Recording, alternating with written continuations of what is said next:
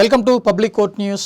కేంద్ర ప్రభుత్వం పేద ప్రజలకు వైద్య సేవలను విస్తృతంగా అందించాలని ఒక నిర్ణయం చేసింది. అందులో భాగంగానే జూలై 27వ తేదీన పార్లమెంటులో ఒక ప్రత్యేకమైన ప్రకటన అంటే ఒక చట్టాన్ని తీసుకొచ్చింది.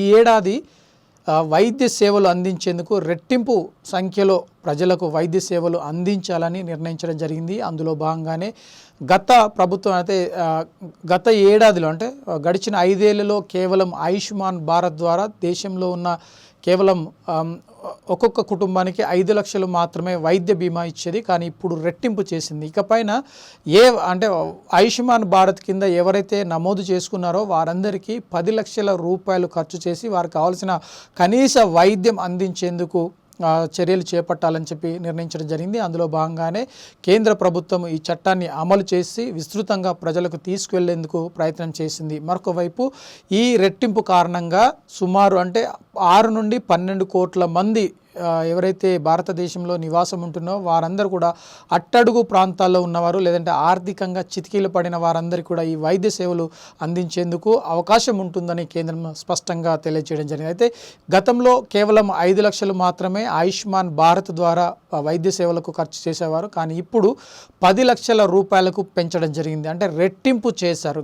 రానున్న 3 ఏళ్లలో ఈ పథకాన్ని విస్తృతంగా ప్రజలకు చేర్చాలి, ప్రజలకు కావాల్సిన వైద్య సేవలు అందించాలి, వారికి కావాల్సిన ఇన్సూరెన్స్ అంటే ఆరోగ్య బీమాను కల్పించేందుకు ప్రభుత్వం నిర్ణయించడం జరిగింది. అందులో భాగంగా ఇప్పుడు అంటే ఈ 10 లక్షలకు పెంచడం వల్ల కేంద్ర ప్రభుత్వం పైన 12,076 కోట్ల రూపాయల భారం తప్పదు అని చెప్తున్నారు. మరొక వైపు ఈ సంఖ్యను పెంచినట్లయితే దేశవ్యాప్తంగా 12 కోట్ల మందికి లబ్ధి చేకూరే అవకాశం కనిపిస్తుంది. అయితే మొత్తంగా దేశవ్యాప్తంగా ఉన్న జనాభాలో ఎంతమందికి ఈ వైద్య బీమా ఉంది లేదంటే ఆరోగ్య బీమా ఉంది అని చెప్పేసి ఒకసారి చూసినట్టయితే కేవలం 50% మందికి మాత్రమే ఈ బీమాలో అసలు ఎక్కడ కూడా లేనట్లు తెలుస్తుంది. అందులో 50%లో కేవలం 20% మందికి మాత్రమే ప్రైవేటు లేదంటే ప్రభుత్వం అందిస్తున్న వైద్య ఆరోగ్య బీమా ఉంది. మిగతా 30% మందికి ఎక్కడ కూడా అసలు ఈ బీమా వర్తించడం లేదు.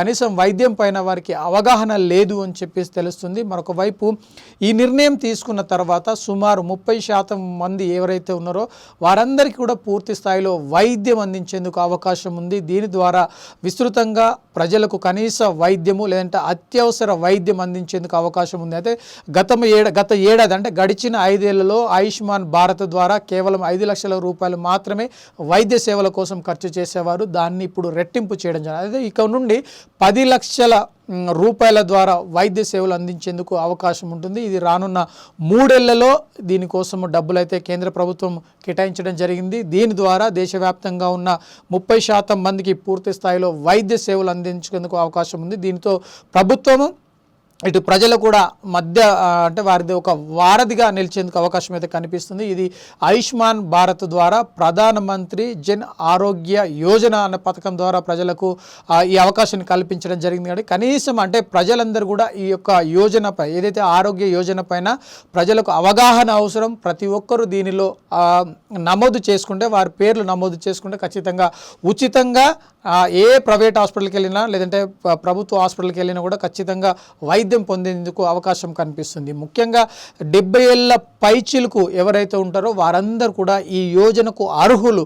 ఎందుకంటే సాధారణంగా బీమా అంటే వైద్య బీమాకు సంబంధించి లేదంటే ఆరోగ్య బీమాకు సంబంధించి ఏజ్ లిమిట్ ఉంటుంది. కానీ ఈ కేంద్రం అందిస్తున్న ఈ ఆరోగ్య బీమాలో మాత్రం 70 ఇయర్స్ ఎబోవ్ ఉన్న వాళ్ళు తప్పనిసరిగా నమోదు చేసుకుంటే వారి ఆరోగ్యానికి సంబంధించి పూర్తి స్థాయిలో వైద్యం అందించేందుకు లేదంటే వైద్య చికిత్సలు చేసుకునేందుకు అవకాశం ఉంది.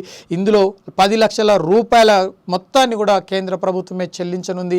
వైద్య శాఖ అంటే ఆరోగ్య శాఖకు సంబంధించి పూర్తి స్థాయిలో ఇప్పటికే పార్లమెంట్లో ఆమోదం తెలిపింది. దీంతో 12 కోట్ల మంది ప్రజలకు లబ్ధి చేరే అవకాశం ఉంది. వీరందరూ కూడా అర్హులు అని చెప్పేసి కేంద్ర ప్రభుత్వం మరి దీనిపైన ఒక స్పష్టమైన ప్రకటన కూడా విడుదల చేయడం జరిగింది. కాబట్టి దేశవ్యాప్తంగా ఉన్న ఆర్థికంగా వెనుకబడిన లేదంటే వైద్యం చేయించుకోలేని పరిస్థితిలో ఉన్న ప్రతి ఒక్కరు కనుక ఈ ప్రధానమంత్రి జన్ ఆరోగ్య యోజన కింద వారి పేర్లను నమోదు చేసుకున్నట్టయితే వారికి సంబంధించి వివరాలను కూడా ఈ పోర్టల్ ద్వారా కనుక నమోదు చేసుకున్నట్లయితే వారికి ఒక నంబర్ ఇస్తారు, లేదంటే ఒక కార్డు ఇస్తారు. ఆ కార్డు ద్వారా ప్రభుత్వ ప్రైవేటు హాస్పిటల్లో ఎక్కడికి వెళ్ళినా కూడా ఆ 10 లక్షల రూపాయల లోపు వైద్యాన్ని పొందేందుకు అవకాశం ఉంటుంది. ఈ అవకాశాన్ని కనుక సద్వినియోగం చేసుకుంటే చాలా మట్టుకు మరి వైద్యంగా మనకు ఒక బీమా ఉంది, లేదంటే ఒక ధైర్యం అనేది మనకు ఉంటుంది. కాబట్టి ఎక్కడికి వెళ్ళినా, ఏ హాస్పిటల్కి వెళ్ళినా కూడా మన వైద్యం పొందే అవకాశం కనిపిస్తుంది.